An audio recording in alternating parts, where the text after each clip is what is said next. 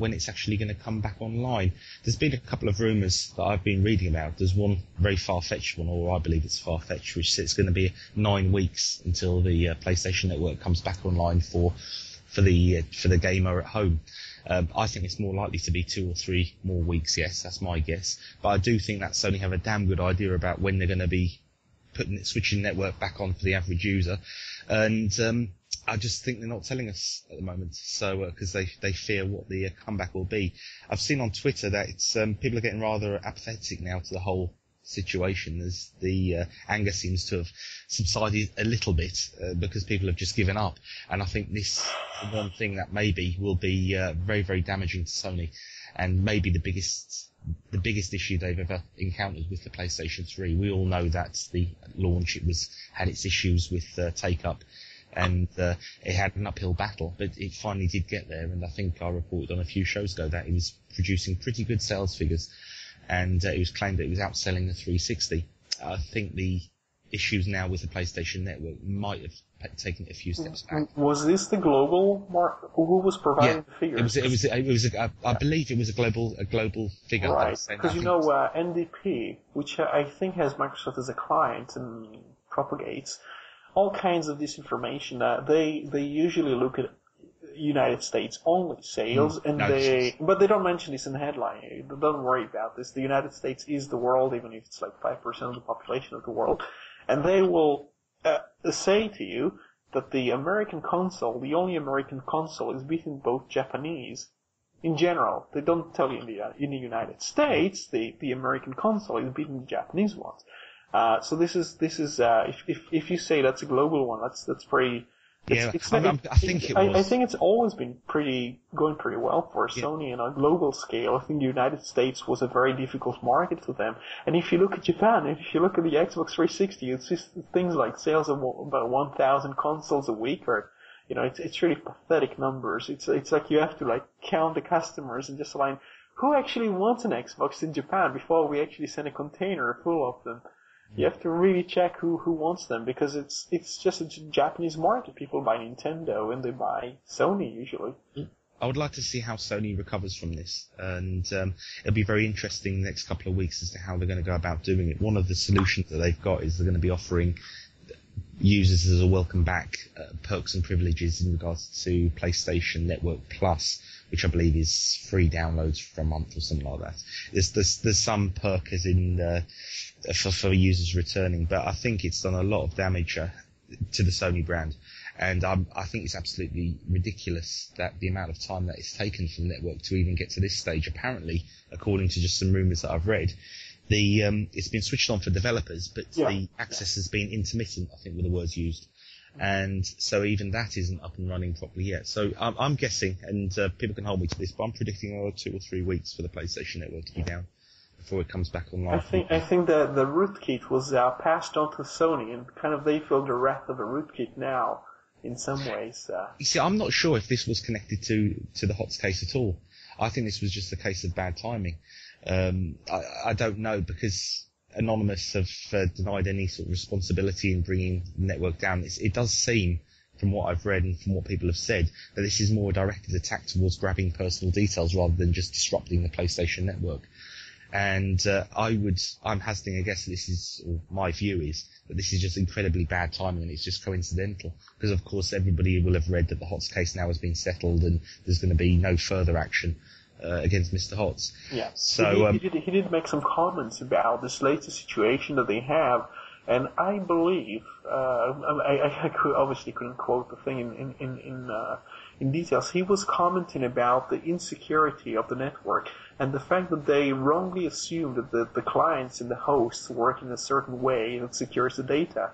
Now, I don't really know if he was referring to the fact that the network itself perhaps was passing some details around and actually having the very sensitive things float around, which was the reason that intruders could actually get to Sony's completely out-of-date Apache installation.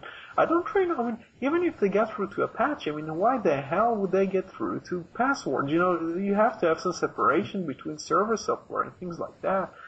It just shows complete incompetence, I think. Well, hopefully we'll see more of that as they get their network back online. They start making more press releases. At the moment, we're getting releases about no news. So there's not really much more to add officially from Sony, and we'll have to wait and see with that one. So that was that little bit of news.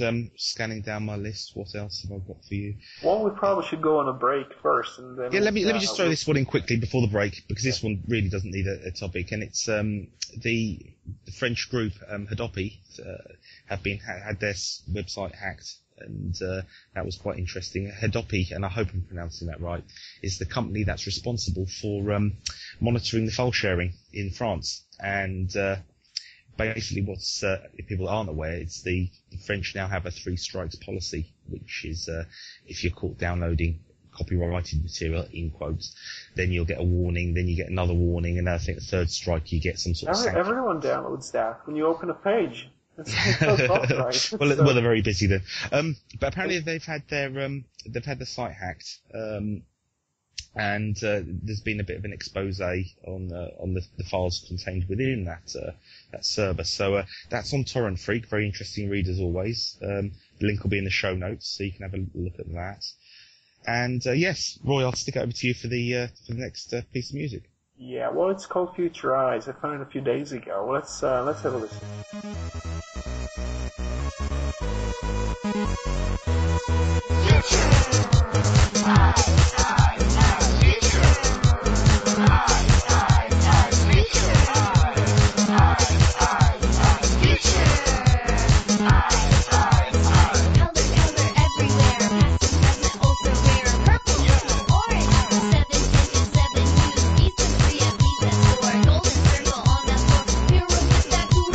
Show me with your future eyes.